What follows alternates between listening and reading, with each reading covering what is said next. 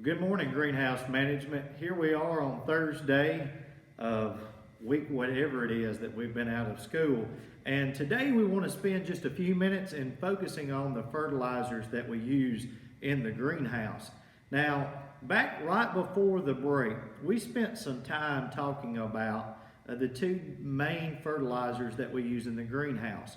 And we talked about the difference between a water-soluble fertilizer that would obviously go in the water and be applied to the plants by means of applying the water. And that could go through the irrigation system. And a lot of times for us, we do it just through a simple watering can, just so that we can just make it a little easier for our situation. We also talked about those little bitty orange looking round balls that kind of look like Dippin' Dots but are really not Dippin' Dots, and we made sure that we pointed that out and not to try to eat them because those are not Dippin' Dots, okay? Dippin' Dots are ice cream and you get them out of the refrigerator, and they've been the ice cream of the future probably for like the last 30 years. But today what I want to do is to get away from the water-soluble fertilizer, get away from the slow-release Osmocote fertilizer, and talk simply about what we use on our tomatoes. Now, I don't remember who gave me this little jewel of information back at the beginning of my teaching career, or when we started the greenhouse rather, but when it comes to tomato plants, the number one fertilizer that we use in our greenhouse, and I tell people to use at home, is Epsom salt. Now, this Epsom salt, just that you can buy off of the store shelf if it's not sold out because of all the craziness. It's just basic Epsom salt. Nothing, anything that's really particular great about it as far as different from another Epsom salt product. Okay, it's just basic. But it says here that it's magnesium sulfate. Okay, and that magnesium sulfate is going to be used as a fertilizer for our plants. Now, what I usually do is I take, about a quarter of a teaspoon or 2 teaspoons to every quart of water that I'm going to use. So we spread that out over a gallon and do our equation and come out with what the application rate's going to be.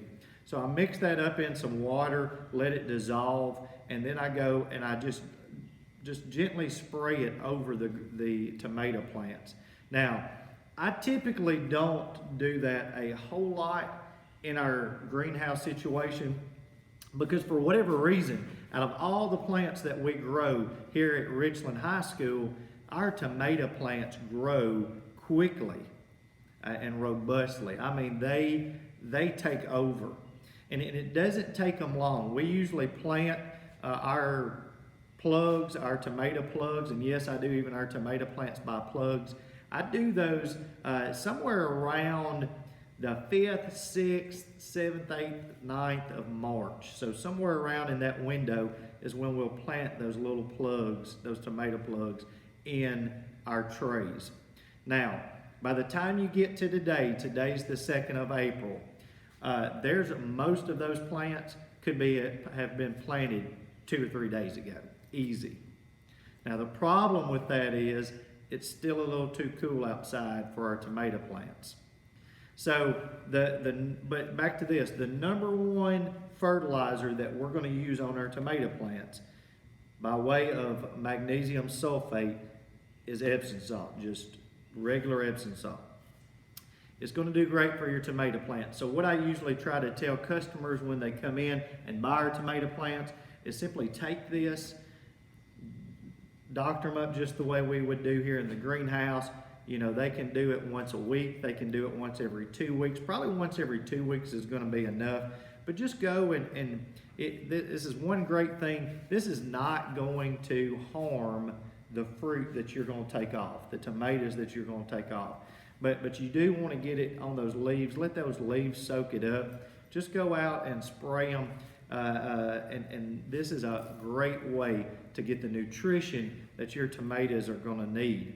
Now, I feel like I also should talk a little bit about how to take care of those tomato plants. And this is, this differs from one person to the next, but one thing that you're going to want to do is when you get them home, don't just take this and pour it in the hole in a great big heap. Okay, you're going to overdo it. I've known people that have done that, and it'll burn your tomato plants up. It'll happen gradually, and you'll look back and say, now, Mr. Doggett sowed us a bad tomato plant. Well, maybe, maybe not. So what you want to do is just put just a little in the hole if you do that. Maybe a teaspoon, maybe. You're not going to want to put a whole lot. Plant that tomato plant as deep as you can, okay? So if I've got a tomato plant here, we'll use my arm for example. Here's the root ball, and up here we start some leaves. I want to plant that joker up to those bottom leaves. I've even had people go and prune some of those bottom limbs and get it where the plant just had a little bit sticking out of the top. And what this is going to do is going to be crucial. It's going to help your tomato plant when it gets down to those hot times of summer. It's going to make a good strong plant. Okay, it's going to give it a good root system, and it's going to last longer for you. So coupled with our Epsom salt, I just want to give you those little tidbits in planting your tomato plants, and really go over how to give them the nutrients they're going to need, but also how to establish them so that when we get to late July, August, maybe even early September, okay, you're still hopefully going to have tomato plants sticking around. They're still going to be producing, and they're going to be strong. And when those droughts hit, you're not going to have to be out there every single day putting water on them.